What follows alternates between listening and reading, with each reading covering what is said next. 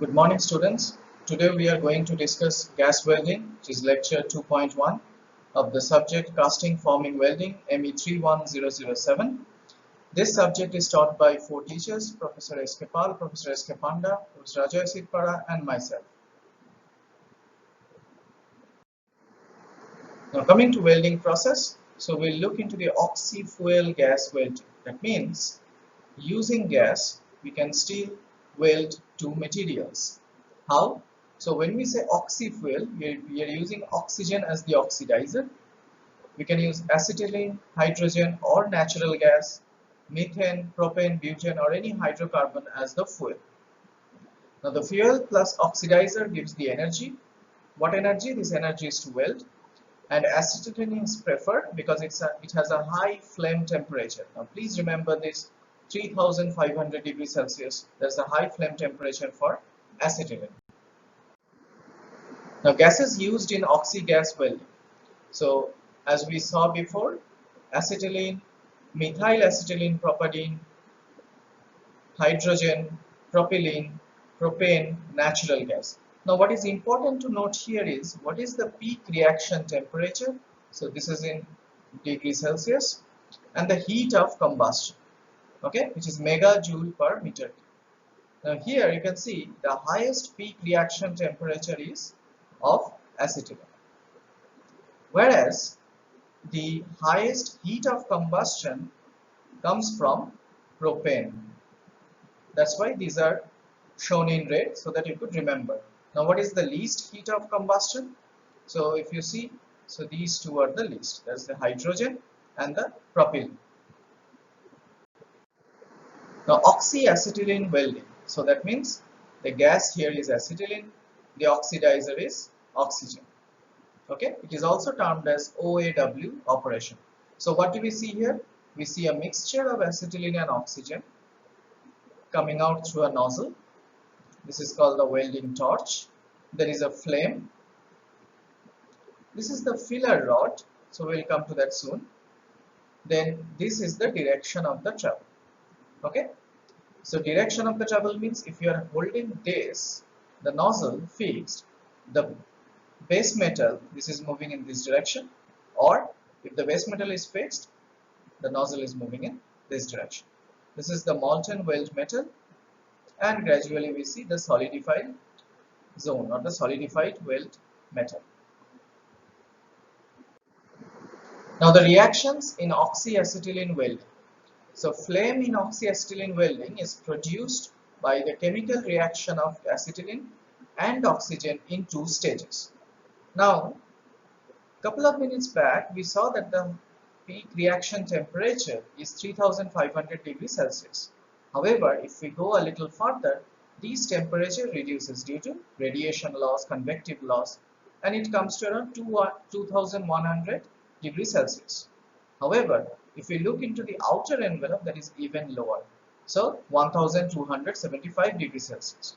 That means if you have this as the nozzle and this is your base metal, so this standoff distance is very important. Okay. Otherwise, whether you will get the full peak reaction or you get the temperature at the outer envelope, that will degrade the quality of the weld. Okay, so what do you have here? You have a torch tip. This is an oxyacetylene mixture. This is the inner luminous cone where the first reaction takes place, and then the outer where the second reaction takes place. So what is the first stage reaction? So you have acetylene, oxygen that produces carbon monoxide plus hydrogen plus some heat. Then in stage 2, this carbon monoxide and hydrogen further reacts with oxygen. That means you have more amount of oxygen in the oxygen acetylene mixture, as simple as that. So that further oxidizes the carbon monoxide into carbon dioxide and steam. Okay, now do not confuse this with water. This is not water, this is steam. Okay, and heat of 1, so heat released in stage 1 is more than heat released in stage 2. Now flames in oxyacetylene welding. So there are three types of flame: neutral flame, oxidizing flame, and carbonizing flame. Now remember, you have to remember these three diagrams. Okay, they are very important. So you can either choose to remember the Celsius or the Fahrenheit, that's up to you, because you can do the other conversion. So in case of neutral flame, this inner cone temperature is 2100 degrees Celsius. In case of oxidizing flame, this is a pointed cone you can see here, whereas in case of carbonizing flame, it's a bright luminous inner cone. Okay, now carbonizing flame is also called as the reducing flame. Okay, so let's come back here. So this is the outer envelope which we have already seen, and in this case the outer envelope is small and narrow as compared to this. Then in case of reducing flame, there is a blue envelope. If you remember the chemistry labs during your first year undergraduate, this is what you have already seen, the blue envelopes. Okay, now this is again the same thing, the flames in oxyacetylene welding. To see the color in the colored view, so neutral flame, oxidizing flame, and carbonizing or reducing flame. So neutral flame is used in most of the applications. The flames in oxyacetylene welding, the reducing flame. Reducing flame is the carbonizing flame. So reducing flame for removing oxides from metals such as aluminium, magnesium, preventing oxidation reactions during welding. Okay, this one, two, to prevent decarbonization. To prevent decarbonization, that means to prevent simply oxidation. Carbon to carbon monoxide will not happen. Okay, in case of steels. And the application in low carbon alloy steels, monel metal, and hard surface. So you need to remember them. Now oxyacetylene welding setup. So what does it have? It has pressurized cylinders of oxygen and acetylene. So with oxygen and acetylene. Gas regulators for controlling the pressure flow rate. A torch for mixing the gases. So that's the welding torch. And hoses for delivery of the gases from the cylinder. Okay, so these are the hoses. So again, another schematic of the oxyacetylene torch. You can see the enlarged view, what we see in the cross section in figure A. So it's shown at the bottom. So you see this is the acetylene which is in the central part. From on the peripheral part you have the oxygen. Okay, and finally when they come out they are mixed. So let's solve a problem. An oxyacetylene torch supplies 0.3 meter cube of acetylene per hour and an equal volume rate of oxygen for an oxyacetylene welding operation on a 4.5 millimeter thick steel. Heat generated by combustion is transferred to the work surface with a heat transfer factor 0.2. That means 20%.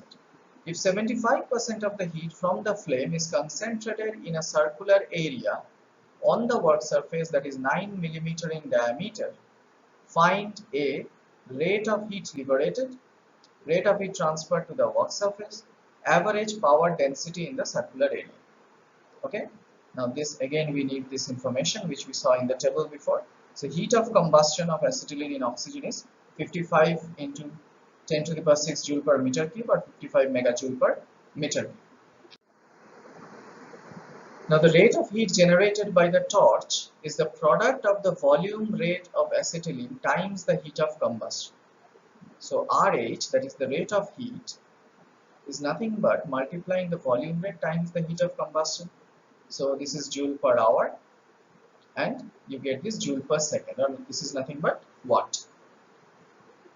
Okay, so with a heat transfer factor of F1, that means 20%, the rate of heat received at the work surface is 20% of this value, right? That is 917 watt. And in number C, the area of the circle in which 75% of the heat of the flame is concentrated is pi r square or pi d square by 4. So the power density will be this 917 times 75% divided by the area of the circle. That gives you 10.8 watt per millimeter square. Okay, now very careful with the unit. This is watt per millimeter square. So do not confuse with using joule and meter and cancel it out. No need. You go to the watt. If you get the joule per second, convert it into watt. Keep your final answer as watt for whatever dimension you use for the circle, for the area. Okay, if it's in meters, watt per meter square. If it's in millimeter, then watt per millimeter square. So coming to the advantages of oxyacetylene welding. Oxyacetylene welding process is simple and highly portable. It's an inexpensive equipment. It has good control over temperature, can be used for preheating, cutting and welding. Now see, not only you are welding, because of the power density, the average power density, you can even cut the material. You can even preheat the material as you can control over the temperature. Okay? But disadvantages? So the welding process is slow with limited energy. So low protective shielding, welding of reactive metals is generally impossible. There is no protective shielding, so easily it is exposed to the atmosphere. Low power density, energy wastage. Total heat input per linear length of the weld is high. Unpleasant welding environment, so it suffocates. Okay, you have to be careful about the health and safety of the operator. Weld lines are much rougher in appearance than other kinds of welds. Require finishing. What does it mean? It means it requires post-processing. You have to polish it or finish the surface. You have to grind the surface. And large heat affected zone.